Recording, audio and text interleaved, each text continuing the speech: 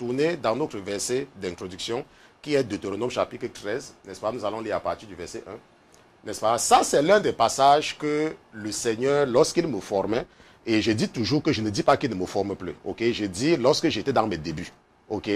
Il avait attiré beaucoup mon attention sur ce passage, et ce passage m'a toujours guidé.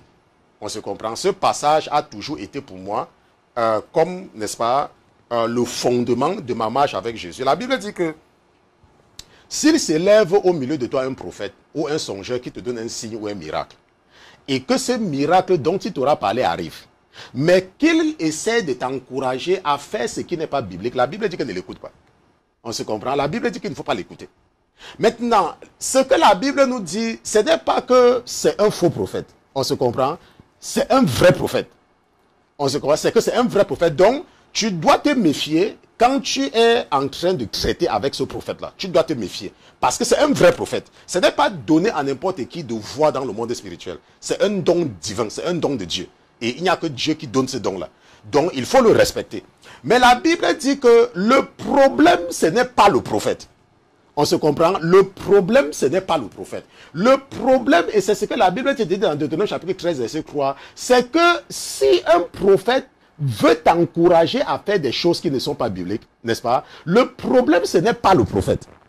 On se comprend? Écoutez-moi très bien. Je vous ai dit que quand je vous parle, je ne vous parle pas de ce que j'ai lu quelque part.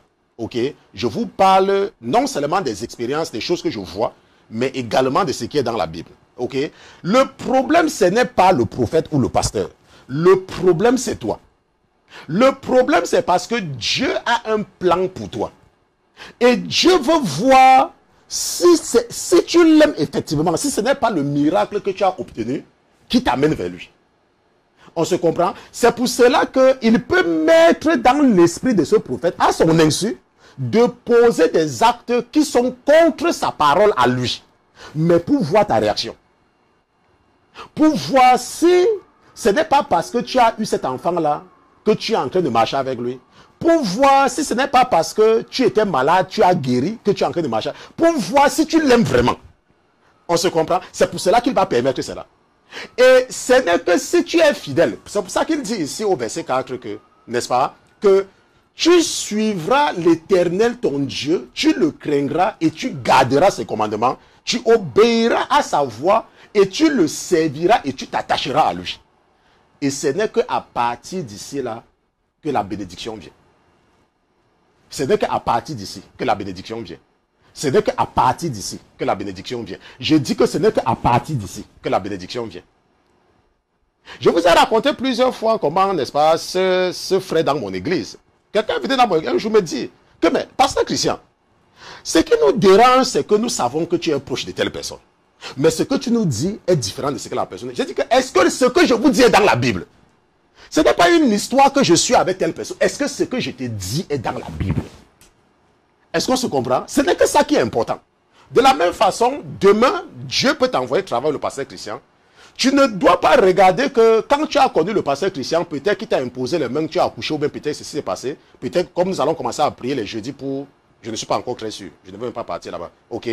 Maintenant, tu te dis que non. Parce qu'un jour, j'ai rencontré un pasteur, il a prié pour moi, machin, truc, ainsi de suite. Quand il me demande d'aller faire les faux papiers, je ne vais pas faire les faux papiers, non. Si on te dit d'aller faire les... Tu dis non. On se comprend, tu dis que tu ne fais pas. Maintenant, mais rappelle-toi que c'est un prophète. Donc, tu ne vas pas lui dire comme je viens de parler là. Ok, il faut utiliser ta sagesse. N'est-ce pas? Tu vas trouver seulement un moyen, n'est-ce pas, pour esquiver cela. Et je vous ai toujours dit que mentir, le diable, ce n'est pas le mensonge. Parce que le diable déjà était menteur. Donc, quand il vient vers toi pour te tromper, n'est-ce pas, toi également, tu utilises sa ruse contre lui. Ok, et en ce moment-là, c'est, n'est-ce pas, le qui gagnant-gagnant. On se comprend. Donc, c'est très important. Je ne sais pas d'où tu me suis, mais je sais que Dieu m'a appelé pour vous parler à tous. Peut-être tu as affaire à un prophète. Peut-être tu m'écoutes depuis l'Afrique. Peut-être tu m'écoutes, n'est-ce pas, depuis, n'est-ce pas, l'Europe, et tu es en contact avec un prophète. S'il te plaît, Dieu a un plan pour toi.